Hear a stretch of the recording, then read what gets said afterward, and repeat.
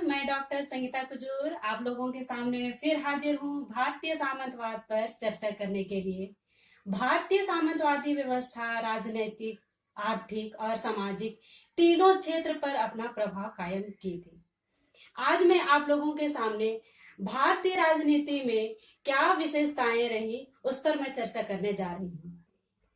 भारतीय सामंतवादी व्यवस्था की पहली विशेषता थी, यह व्यवस्था शर्तों पर आधारित थी। अब शर्तों पर आधारित थी, इसमें क्या क्या तथ्य शामिल थे वो हम लोग देखते हैं।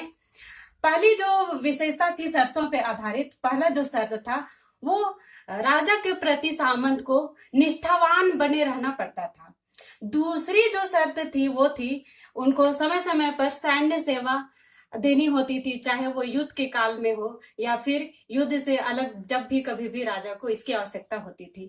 तीसरी जो शर्त थी, हमेशा सामंत को राजा के नाम के मुद्रा का ही प्रयोग करना होता था। चौथी जो शर्त थी, जो भी वो अनुदान देते थे उन अनुदान पत्रों में राजा के नाम को मेंशन करना जरूरी होता था, उनके नाम को डालना जरूरी होता था। पांचवा जो शर्त था वह था कभी भी अवसर के उपलक्ष्य में सामंत को राजा के दरबार में हाजिर रहना होता था। सामंतवादी व्यवस्था की दूसरी विशेषताओं पर हम चर्चा करते हैं। जो दूसरी विशेषता थी वो व्यक्तिगत थी, मतलब राजा किसी व्यक्ति को व्यक्तिगत तौर पर दे सकता था, लेकिन धीरे धीरे बाद में यह अनुवांशिक रूप धारण करने लगा।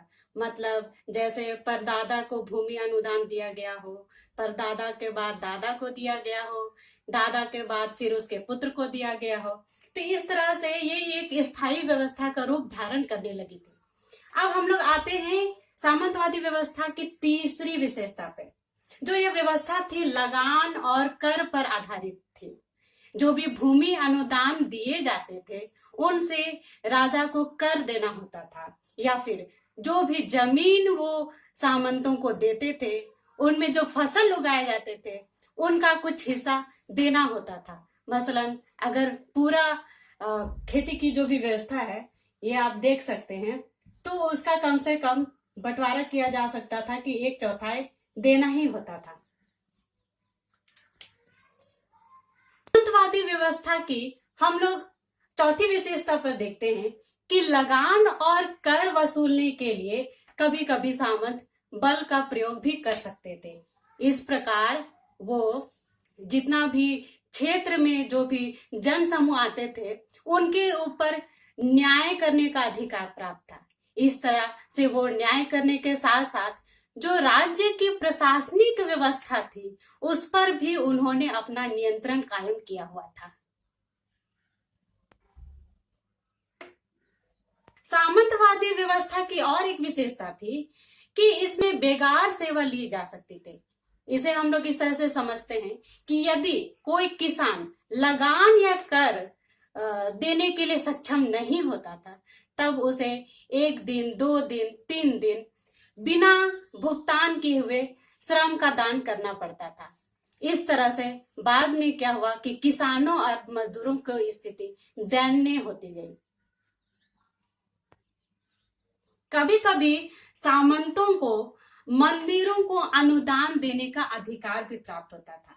जिन मंदिरों को अनुदान देते थे वो सामान्यतः कर मुक्त होते थे, उनसे कोई भी कर उगाही नहीं की जाती थी।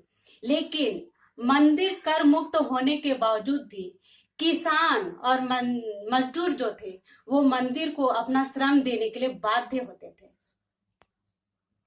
जिस तरह मंदिरों को अनुदान देने के लिए सामंतों को अधिकार प्राप्त थे, उसी तरह से ब्राह्मणों को भी अनुदान देने के लिए उन्हें अधिकार प्राप्त थे। जिन ब्राह्मणों को भूमि अनुदान में दिया जाता था उस भूमि से कर नहीं वसूला जाता था। इस तरह से ब्राह्मण उस दान में प्राप्त किए हुए भूमि से अपने जीवन यापन कर सकते थे और भरण पोषण कर सकते थे। भारतीय सामंतवाद की राजनीतिक क्षेत्र में क्या विशेषताएं थी, इस पर चर्चा करने के बाद हम लोग इस निष्कर्ष पर पहुंचते हैं कि ये किसान से जुड़ी हुई व्यवस्था थी और ये जमीन से भी जुड़ी हुई व्यवस्था थी। दूसरा ये कि इसमें किसानों और मजदूरों का बाद में शोषण होता रहा। तीसरा निष्कर्ष ये उभर कर आता है कि धीरे धीरे जो सामंत थे वो शक्तिशाली होने लगे और जो अखंड भारत था वो खंडित होने लगा था, राज्य खंडित होने लगे थे। प्रकार मैं आज आप लोगों के सामने भारतीय सामंतवादी व्यवस्था की राजनीतिक क्षेत्र में क्या क्या विशेषताएं थी उस पर मैंने चर्चा किया। आगे मैं जो भी राजनीतिक क्षेत्र के अलावा आर्थिक क्षेत्र और सामाजिक क्षेत्र को सामंतवादी व्यवस्था ने कैसे प्रभावित किया इस पर मैं चर्चा करूंगी। इसके लिए आप मेरे चैनल से जुड़े रहिएगा। आपको अगर इसमें कुछ डाउट है तो आप मेरे YouTube चैनल पे कमेंट बॉक्स में जाकर कुछ कमेंट भी कर सकते हैं। आपको अगर ये वीडियो अच्छा लगता है तब आप इसे लाइक भी कर सकते हैं और शेयर भी कर सकते हैं। धन्यवाद।